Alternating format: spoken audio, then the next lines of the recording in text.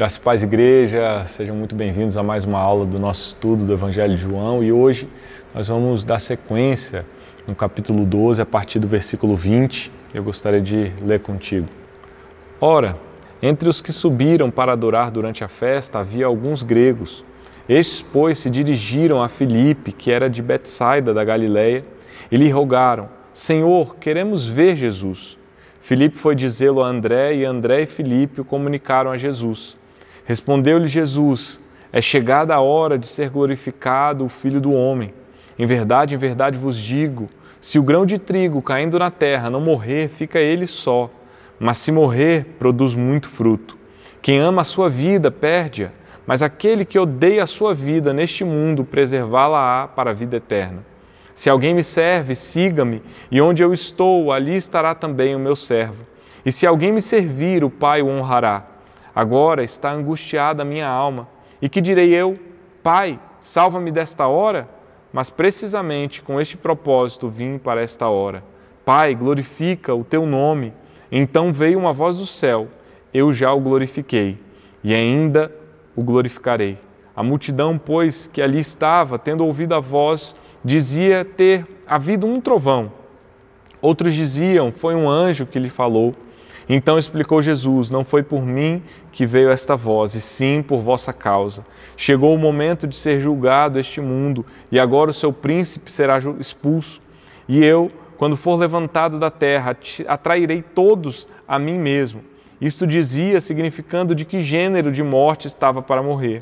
Replicou-lhe, pois, a multidão: nós temos ouvido da lei que o Cristo permanece para sempre. E como dizes tu ser necessário que o Filho do Homem seja levantado?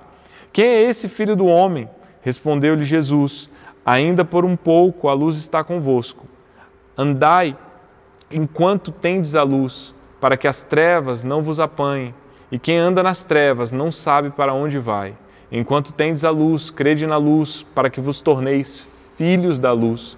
Jesus disse estas coisas e, retirando-se, ocultou-se deles. Até aqui eu quero orar contigo. Senhor Deus e Pai, nós estamos com um recurso, Deus, que nos permite conhecer um pouco mais dessa palavra, Deus, essa palavra que é inerrante, infalível, essa palavra que é inspirada, ela que revela a nós aquilo que o Senhor nos manifesta da sua divindade, da sua grandeza, e nós queremos, meu Deus, hoje aprender um pouco mais, amar um pouco mais o Senhor, aprender sobre a sua vontade, se submeter, meu Deus, àquilo que o Senhor designa a todos nós, e que nesse momento todo aquele que tiver acesso a essa mensagem, meu Pai, seja ricamente abençoado pelo Senhor, em nome de Jesus. Amém.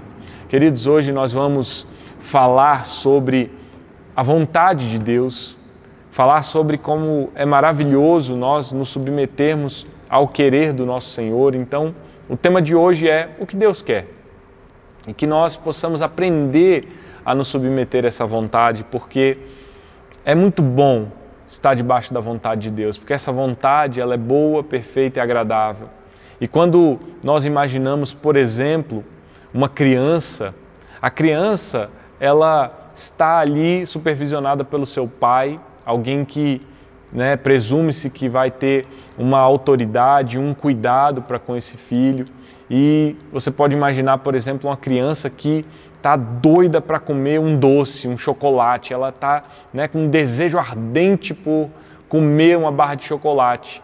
Mas o pai é aquele que vai instruir o filho num bem maior que muitas vezes não está alinhado à vontade daquele filho.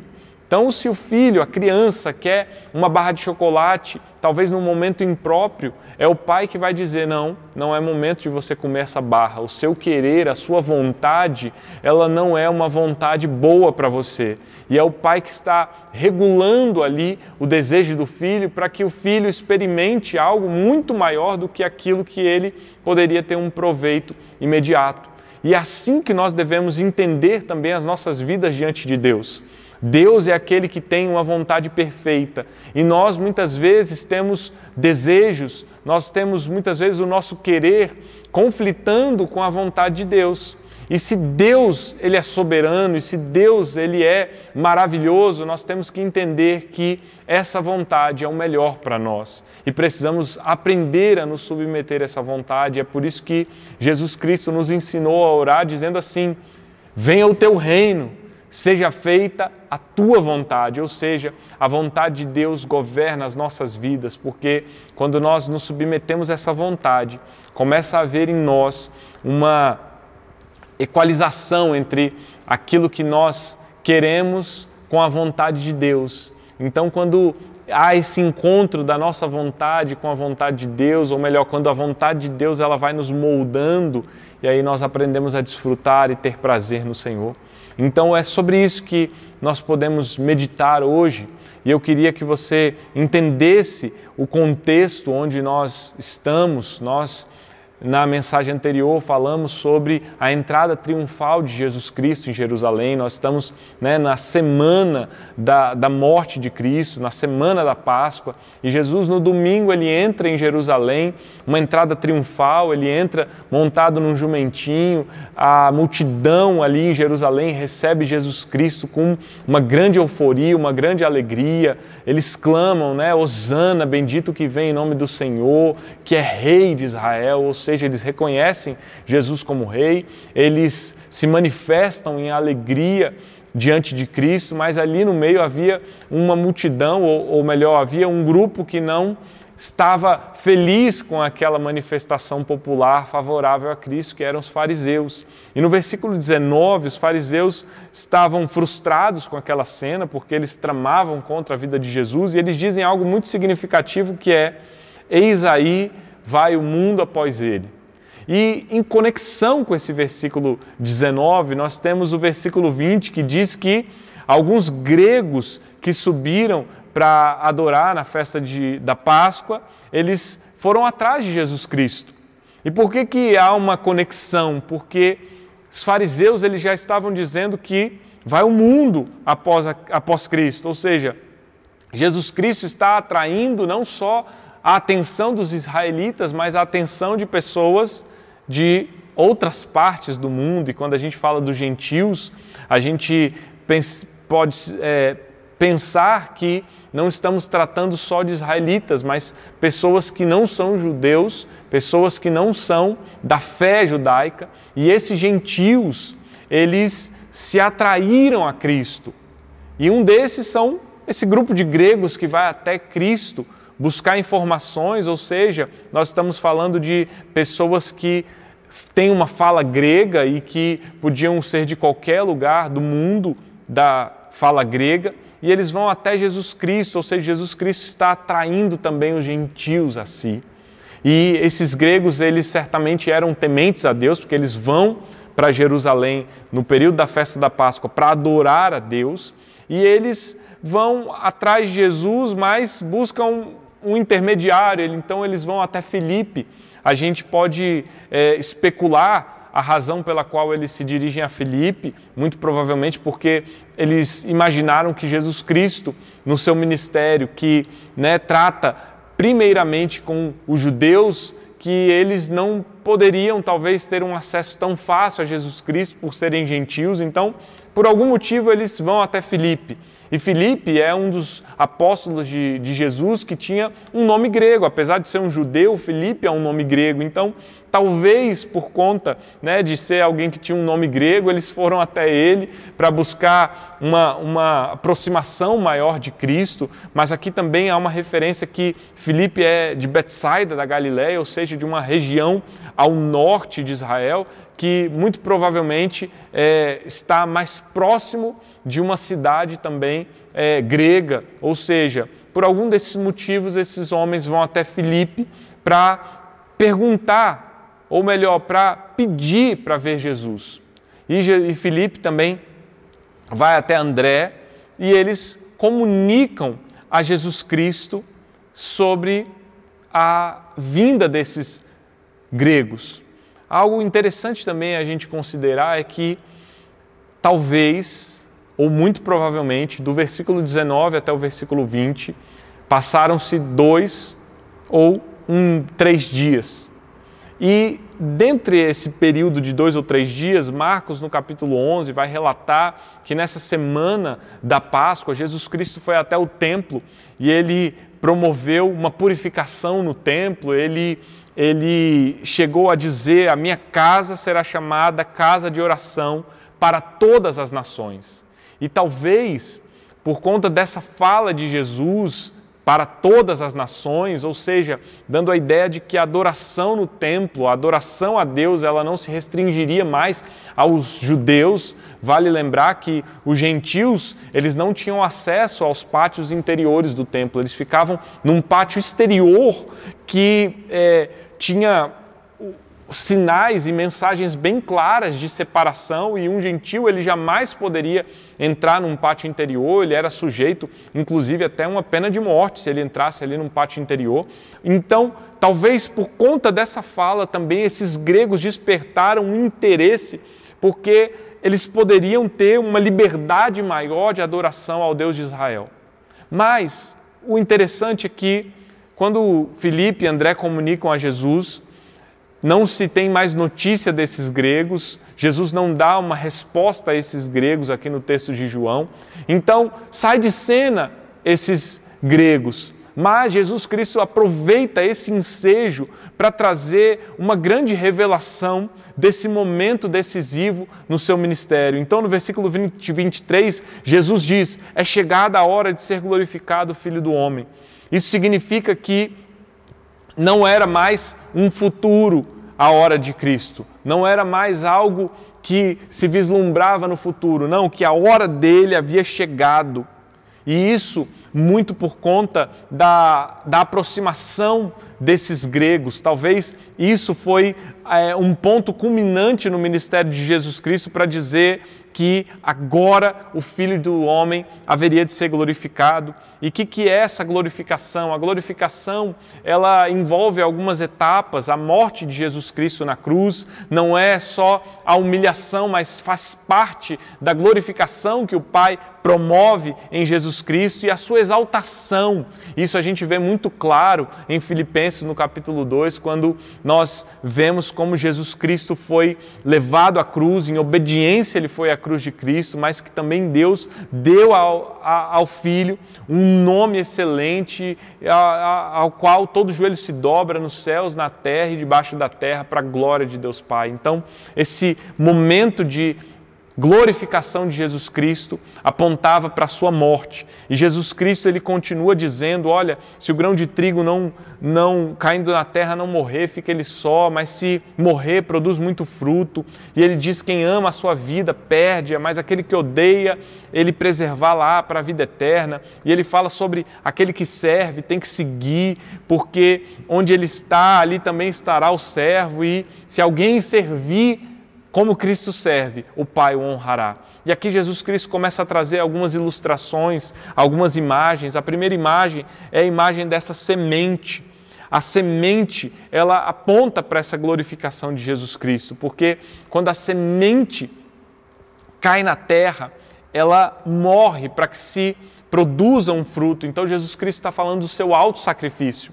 Ele vai ser entregue à morte em obediência ao Pai, e esse sacrifício de Jesus Cristo, essa morte que é necessária, porque a partir dessa morte virá uma grande colheita de almas. Então Jesus Cristo fala sobre a sua glorificação com a imagem da semente do grão de trigo. E em seguida Jesus fala sobre colocar o amor no lugar certo. Se nós queremos obedecer a Jesus Cristo, nós precisamos aprender que o amor à nossa vida vai nos levar à perdição, vai nos levar a uma vida que agrada o mundo. E o ódio à nossa vida nos levará à vida eterna. Então, a gente precisa ter um pouco de cuidado aqui com essas palavras. Primeiro, quando Jesus Cristo está falando do amor à nossa própria vida, ele diz assim no versículo 25, quem ama a sua vida perde. Ele não está falando sobre um cuidado, ele não está dizendo que a gente não pode, ter cuidado com o nosso corpo, muito pelo contrário, a Bíblia ela é farta em referências ao cuidado que nós temos que ter com a nossa vida, com a nossa saúde, mas Jesus Cristo está dizendo sobre um amor idólatra. Jesus Cristo está falando assim, aquela pessoa que ama de uma forma idolátrica a sua própria vida, ou seja, que coloca o seu próprio querer, as suas próprias vontades acima do próprio Deus, ele vai perder a sua vida. Então Jesus Cristo ele está mostrando que da mesma forma como ele se sacrificou, da mesma forma como ele está colocando a vontade de Deus Pai acima de todas as coisas, ele está apontando para uma vida eterna. E em contrapartida a esse amor idólatra, Jesus Cristo está colocando um ódio que se tem à própria vida. E que ódio é esse? Obviamente não é o ódio absoluto, essa aversão completa a si mesmo, não é sobre isso, não é sobre negligenciar cuidados do corpo, é simplesmente sobre priorizar aquilo que é fundamental. São as nossas preferências fundamentais. Então Jesus coloca em oposição àquilo que nós colocamos como algo mais precioso da nossa vida, como a nossa vontade. E ele está dizendo assim, se você não coloca a sua vida como algo mais importante do que Deus, ou se você está colocando a vida que você tem a serviço do Rei Jesus, aí sim você vai preservar a sua vida para essa vida eterna. Ou seja, Jesus Cristo está nos chamando a viver o querer do Pai. O que Jesus Cristo está dizendo é, assim como eu estou dando a minha vida, me sacrificando, assim como eu estou colocando a vontade do Pai acima da minha própria vontade, faça isso você também. Coloque a sua vontade abaixo da vontade de Deus Pai. Coloque a sua vida a serviço da vontade de Deus Pai, porque quando você se sacrifica, você também entra no processo de glorificação. E é o que nós vemos aqui no versículo 26. Se alguém me serve, ou seja, se você serve a Jesus Cristo, siga Ele. Não tenha medo de sacrificar, não tenha medo de tomar a sua cruz e seguir a Cristo, porque ali onde eu estou, você estará também. E Jesus Cristo fala algo muito precioso, que é, se alguém me servir, o Pai o honrará. Ou seja, nós entramos no mesmo processo de glorificação que Jesus entra. Nós nos sacrificamos, nós tomamos a nossa cruz, nós colocamos o nosso querer, a nossa vontade, submetidos à vontade de Jesus Cristo. E quando nós nos sacrificamos, nós também somos conduzidos à ressurreição. O nosso corpo um dia será ressuscitado e nós também seremos honrados, assim como Jesus Cristo foi honrado. Olha que presente é viver debaixo da vontade de Deus. Nós entramos no mesmo caminho de Jesus Cristo e nós recebemos a alegria da honra do Pai, assim como Cristo recebeu. Queridos, nós precisamos amar o querer e a vontade de Deus Pai. E essa é a verdade que é proclamada aqui. Nós somos levados à honra a partir do sacrifício, a partir da entrega, e Jesus nos honra. Amém? E seguindo a fala de Jesus Cristo, ele agora entra numa oração dirigida a Deus Pai. Ele diz assim, agora está angustiada a minha alma. E que direi eu? Pai, salva-me desta hora, mas precisamente com este propósito vim para esta hora. Pai, glorifica o teu nome. Então veio uma voz do céu. Eu já o glorifiquei e ainda o glorificarei. Queridos, Jesus Cristo agora ele está orando ao Pai e ele rasga o seu coração. Ele apresenta a angústia que a sua alma está carregando. Ele apresenta todo o horror, toda a agitação e perturbação que ele está suportando no seu coração. Então ele não tem medo de expor ao Pai o desafio que é o autossacrifício. O desafio que é ter que ir até a cruz do Calvário. E isso é a manifestação aqui da humanidade de Cristo. Cristo vem a esse mundo plenamente homem, plenamente Deus, mas como homem ele tem uma alma perturbada, angustiada, porque ele vai para uma entrega, um autossacrifício tão precioso.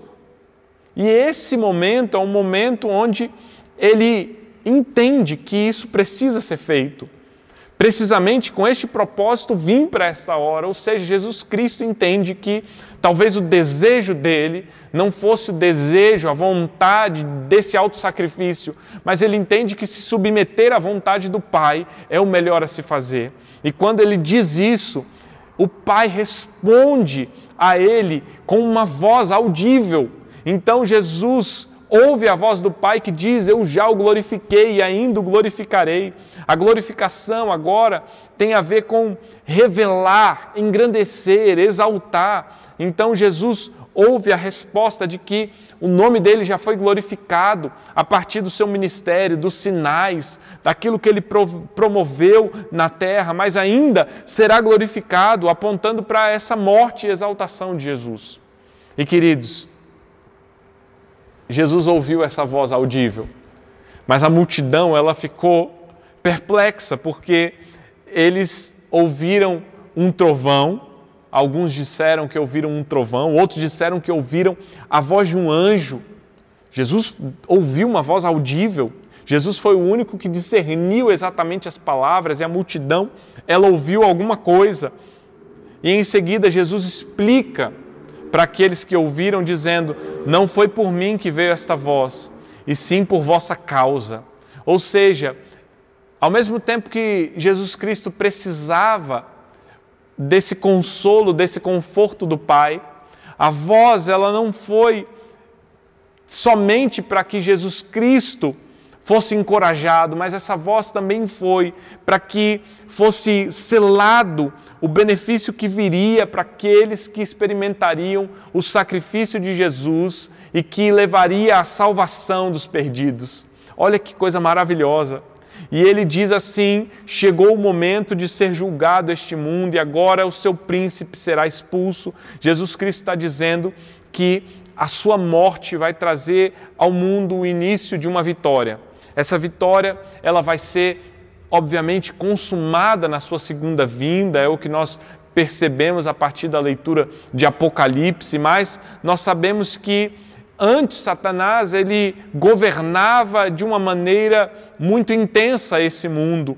No seu trono ele estava governando, o próprio apóstolo Paulo chama Satanás de o Deus desta era, mas agora com o sacrifício de Jesus Cristo, ele destrona Satanás para que ele julgue o mundo que um dia o julgou.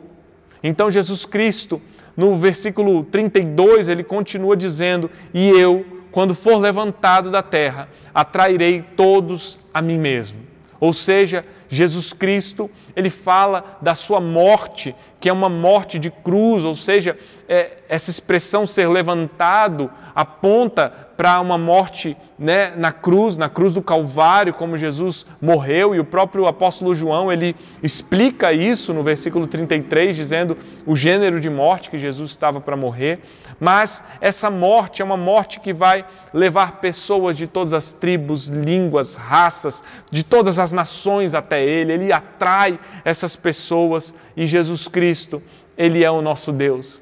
E quando nós ouvimos essa resposta de Jesus Cristo, a multidão agora ela entra num período de réplica. Então ela diz assim: olha, você está falando que você vai morrer aí, mas nós ouvimos na lei que o Cristo ele permanece para sempre. E como que você está dizendo aí que você vai ser levantado, que você vai morrer? Quem é esse Filho do Homem? Ou seja, enquanto a multidão ela ouve Jesus falar sobre a morte, ela começa a entrar num questionamento, porque talvez eles já estavam familiarizados com a ideia de que o Cristo, o Messias, o ungido, ele não poderia morrer porque ele reinaria para sempre. Talvez eles estavam com Ezequiel 37, 25 na mente, que diz: habitarão na terra que dei a meu servo Jacó, na qual vossos pais habitaram. Habitarão nela ele, os seus filhos e os filhos de seus filhos para sempre. E Davi, meu servo, será seu príncipe eternamente. Ou talvez o que Isaías 9, 7 diz para estabelecer e firmar mediante o juízo e a justiça desde agora e para sempre. O zelo do Senhor dos Exércitos fará isso. Ou seja, está falando de um trono de Davi e o seu reino eterno. Mas Jesus Cristo, nessa primeira vinda, ele vem como o servo sofredor. E apesar dessa multidão conectar o Cristo e o Filho do Homem, eles não entenderam que Jesus Cristo estava falando do seu sacrifício, que foi profetizado também por Isaías e que não era incompatível com a vinda do Messias, a sua morte também. E agora, nos versículos 35 e 36, Jesus ele responde à multidão, não entregando a resposta que eles queriam sobre a sua morte, sobre o fato dele ser o Filho do Homem ou o Cristo que estava se entregando à morte, mas ele traz uma resposta que exorta aquele povo a depositar fé nele. E aqui ele diz, ainda por um pouco a luz está convosco, andai enquanto tendes a luz, para que as trevas não vos apanhem, e quem anda nas trevas não sabe para onde vai. Ou seja, João reforça algo que está muito presente no seu livro, um contraste entre luz e trevas, e Jesus está dizendo assim, ainda por um pouco a luz está convosco. Nós sabemos pelo próprio Evangelho de João que Jesus ele já se declarou como a luz do mundo, então Jesus é essa luz, ele estava ali com aquele povo, ele estava presente ali e ele estava dizendo assim, andem na luz enquanto vocês têm a luz, ou seja, enquanto eu que sou a luz do mundo ainda não fui à cruz do Calvário, ainda não me entreguei à morte, ainda estou com vocês, depositem a fé em mim, que sou essa luz, porque se a fé de vocês estiver em mim, as trevas não vão apanhar vocês, e quem anda nas trevas não sabe para onde vai. E Jesus afirma ainda no versículo 36, enquanto tendes a luz, crede na luz, para que vos torneis filhos da luz. Ou seja, quando nós estamos em Cristo, e Cristo estava dizendo, permaneçam em mim, creiam em mim, porque aqueles que estão na luz, aqueles que estão na luz do mundo, que é Jesus Cristo, eles se tornam filhos da luz, ou seja, eles são aqueles que vão manifestar a verdade, a bondade e a santidade de Jesus Cristo. E Jesus Cristo termina se afastando daquela multidão, ele termina saindo daquele ambiente. E eu quero hoje concluir dizendo, você tem feito a vontade de Deus? Você tem pensado na vontade de Deus? Onde está a sua vontade e onde está a vontade de Deus? Eu quero dizer para você e reafirmar isso. Jesus Cristo nos chama para um relacionamento de prazer, a um relacionamento, sabe, de deleite na presença do Senhor. A palavra do Senhor nos diz que quando nós nos deleitamos nele, Ele cumpre os desejos do nosso coração. Sabe por quê? Porque quando nós aprendemos a temer a Deus, quando nós aprendemos a amar o Senhor, a vontade de Deus, ela começa a nos moldar e então nós temos alinhados os nossos desejos com os desejos de Cristo, ou melhor, os desejos de Cristo se tornam os nossos desejos e nós passamos a ter um ambiente de deleite, de prazer, de alegria, de satisfação. E Jesus Cristo está nos chamando para esse caminho, um caminho onde nós entregamos os nossos desejos, os nossos sonhos, os nossos projetos, onde nós apresentamos o nosso desejo de sacrifício, onde nós tomamos a nossa cruz e seguimos a Cristo, porque quando nós fazemos isso, nós entramos num processo de glorificação também. Nós passamos pela promessa de que seremos ressuscitados e que estaremos com Cristo eternamente. Então, hoje eu te chamo a refletir o que Deus quer para a sua vida. O que Deus quer para você, se renda a isso, clame dizendo, venha o teu reino, Senhor, seja feita a tua vontade, porque essa vontade é boa, perfeita e agradável. E eu quero orar contigo. Senhor Deus e Pai, muito obrigado por essa palavra, que Deus que nos lava, que nos limpa e que hoje a sua vontade, Senhor, ela seja feita em nós. Que hoje, meu Deus, o Senhor manifeste o teu querer sobre as nossas vidas, para que assim, meu Deus, nós possamos desfrutar da alegria, do prazer que há em servir a Ti e estarmos debaixo da Tua vontade. É o que eu te peço, em nome de Jesus. Amém. Que Deus te abençoe.